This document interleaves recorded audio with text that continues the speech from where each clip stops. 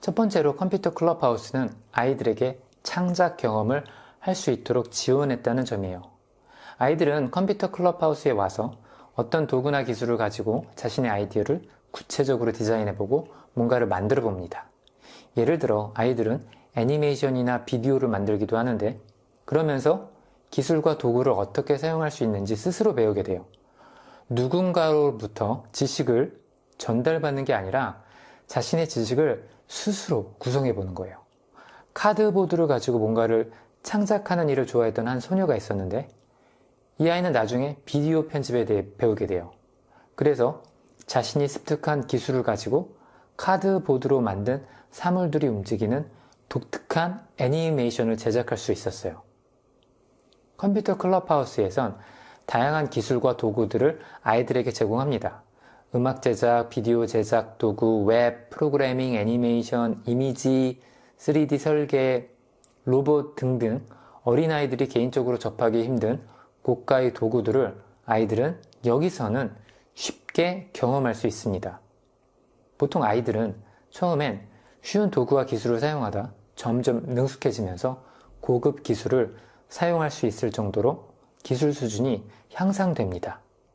예를 들어 아이들은 처음에 단순한 어린이용 이미지 편집 프로그램인 키드픽스를 사용하다가 나중엔 산업용 이미지 편집 프로그램인 포토샵을 사용하게 돼요. 아이들은 컴퓨터 클럽하우스에서 프로젝트를 스스로 기획해서 수행하는 걸 배우게 돼요. 여기서 아이들은 마음껏 상상하고 만들어보고 실험하고 공유하고 성찰합니다. 그리고 다시 상상하면서 아이들의 학습은 앞서 언급되었던 것처럼 창의적인 나선형 패턴을 그리게 돼요. 아이들의 활동이 더 발전되면 각자가 잘하는 기술로 팀을 꾸려서 팀 프로젝트로 발전되기도 합니다. 이런 과정을 통해 아이들은 점점 자신의 능력에 대한 확신과 자신감을 가지게 되고요. 내가 뭔가를 할 수 있다는 자신의 능력에 대한 인지를 자기 효능감이라고 부릅니다. 자기 효능감은 미래에 아이들이 얼마나 성취하는 삶을 살 것인가에 대해 결정적인 역할을 하는 지표이기도 하는데요. 이 능력은 아이들이 뭔가를 많이 만들어 보는 경험을 많이 할수록 개발되는 거예요. 두 번째로 컴퓨터 클럽하우스는 아이들의 흥미를 첫째로 두는 전략을 사용했다는 거예요. 우리의 교육은 아이들을 어떻게 가르칠지에 대해서만 주로 초점을 맞추고 있어요. 가르치는 방법에 대해서만 신경을 쓰지 아이들의 학습 동기엔 큰 신경을 쓰지 않고 있죠. 어떻게 무엇을 가르칠지에만 신경을 쓰지 왜 그 내용을 학생들이 배우고 싶어 할지에 대해선 별로 신경을 쓰지 않죠. 그리고 성적이나 상이나 벌과 같은 외부적인 요소들로 아이들의 학습을 통제하려고 합니다. 우리도 이런 교육 시스템에서 학습을 해왔었어요. 우리의 교육 시스템 내에선 아이들이 자신의 학습을 선택할 수 있는 여지가 거의 없어요. 예를 들어 우리 아이들은 수학 과목을 학습하지 않을 선택권이 없잖아요. 고등학교 2학년 정도가 되면 60% 정도의 학생들은 아예 수학을 공부하지 않는 소위 수포자가 되는데도 불구하고 그 아이들이 수학을 공부하지 않을 수 있는 선택권이 없어요.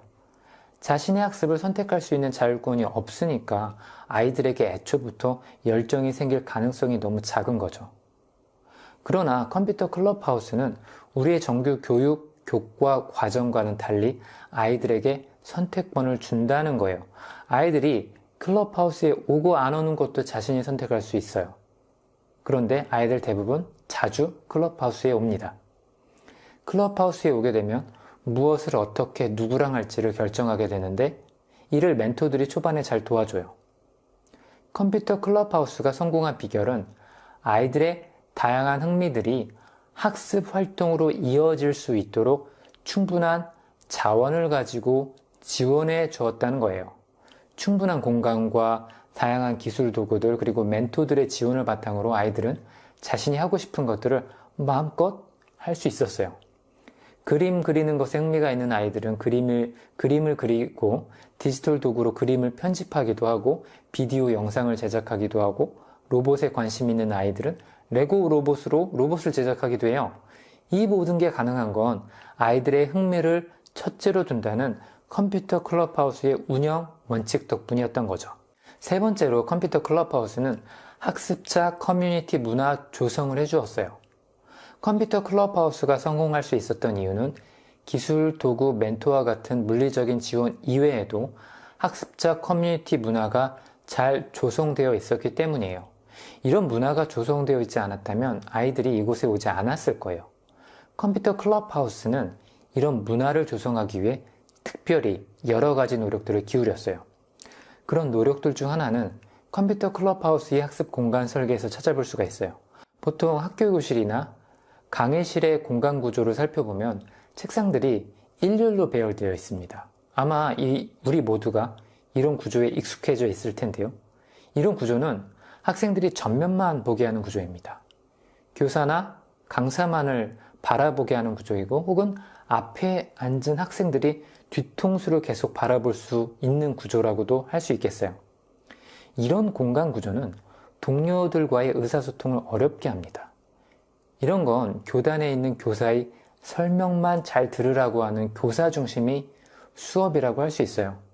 학생들도 앞만을 보통 바라봐야 하기 때문에 아이들의 학습이 굉장히 개인적으로 변하게 돼요. 우리 학습 공간은 아쉽게도 대부분 이렇게 설계되어 있습니다. 하지만 컴퓨터 클럽하우스는 이와는 달리 학습 공간을 설계하였습니다. 컴퓨터 클럽하우스의 학습 공간에선 큰 테이블들을 배치하고 여기에 의자를 2개나 3개 정도 놓아두었어요. 이를 통해 기본적으로 2~3명의 아이들이 소그룹 커뮤니케이션을 쉽게 할 수 있도록 유도한 거죠. 또 의자들엔 바퀴가 달려 있어서 앉아있는 상태로도 이동이 편하도록 했습니다. 그래서 아이들은 굳이 의자에서 일어나지 않아도 의자에 앉은 채 주위 동료들과 이야기하기 위해 이리저리 이동할 수 있었어요. 컴퓨터 클럽하우스에선 다양한 배경과 기술을 가지고 있는 멘토들이 아이들을 지원해 줍니다. 아이들의 다양한 흥미를 지원해 주어야 하기 때문에 다양한 기술 배경이 있는 멘토들을 섭외한 거예요. 미술, 음악, 과학, 프로그래밍 등 다양한 기술적 배경을 지닌 멘토들이 아이들을 친절하게 지원해 주고 있어요. 멘토들은 아이들을 위한 기술 코치로서 학습을 유도하는 촉진자로서 아이들의 고민과 문제를 상담해 주는 상담가로서 같이 프로젝트를 수행하는 동료로서 등등 다양한 역할들을 클럽하우스에서 소화하고 있습니다. 또 하나 특이한 점은 컴퓨터 클럽하우스에선 멘토도 자신만의 프로젝트를 진행할 수 있다는 점이 있습니다. 바로 이 점이 다른 방과 후 학교 프로그램과의 크게 차별되는 부분이에요. 멘토들이 아이들을 위해서만 시간을 보낸다고 하면 사실 멘토 입장에서는 지루할 수 있거든요. 멘토들도 모든 걸 아는 사람들이 아니고 스스로 발전하고 싶어하는 그런 욕구가 있는 젊은이들이에요. 그래서 멘토들도 자신의 프로젝트를 컴퓨터 클럽하우스에선 할 수 있도록 해준 거죠. 멘토들이 자신의 프로젝트를 수행하면서 다른 아이들을 지원해 주는 일에는 큰 장점이 하나 있습니다. 청소년 인권 이론의 파이오니아인 존 홀트는 교육자가 자신이 좋아하는 프로젝트를 수행할 때 그 교육자 옆에 있는 아이들이 그걸 보면서 가장 잘 배운다고 주장합니다. 이 말에 동의하지 않으십니까?